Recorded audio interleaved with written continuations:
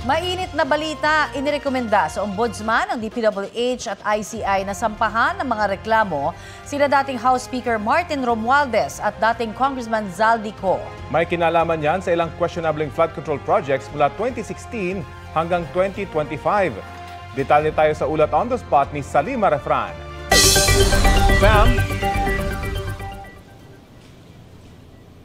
Rafi, Connie, kasama nga sa rekomendasyon ng DPWH at ICI sa kanilang referral dito sa Office of the Ombudsman ang paghahain o pagsasampa ng reklamong plunder o pandarambong laban kina dating House Speaker Martin Romualdez at dating Congressman Zaldico.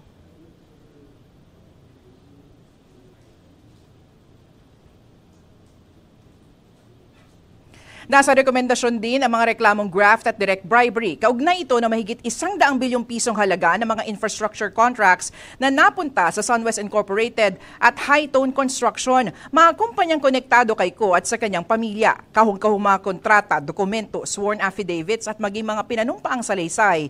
Sa Senate Blue Ribbon Committee ang isinumite ng DPWH at ICI sa Ombudsman.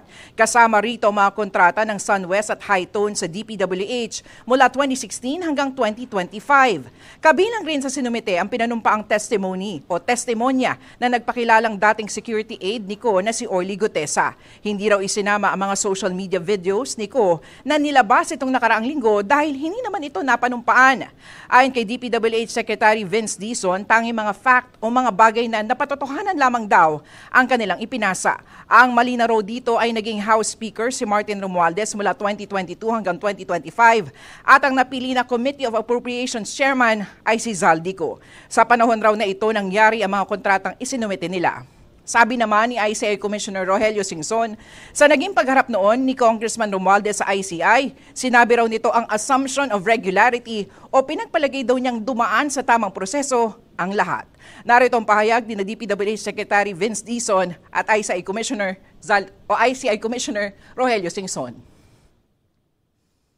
Speaker Martin Romualdez, siya ang naging speaker from 2022 to 2025.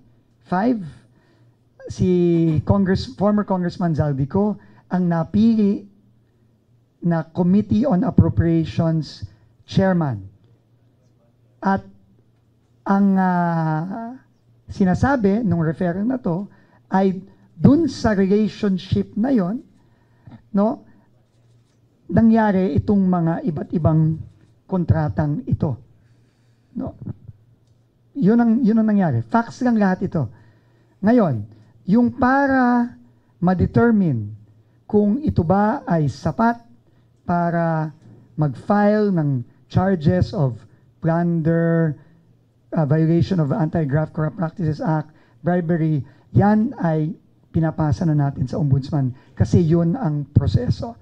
Kasi denial assume regularity, ang parati kong naririnig from all of the witnesses, they assume regularity, hugas kamay, sa madalit sabi. No? Hindi pwede yun.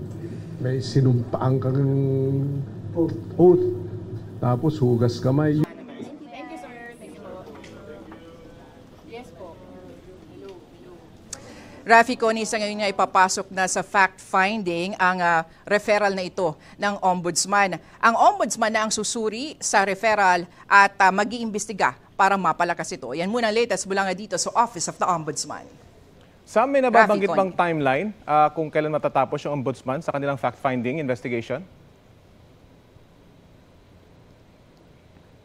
Alam mo, Rafi, wala pang opisyal na pahayag dito ang Office of the Ombudsman.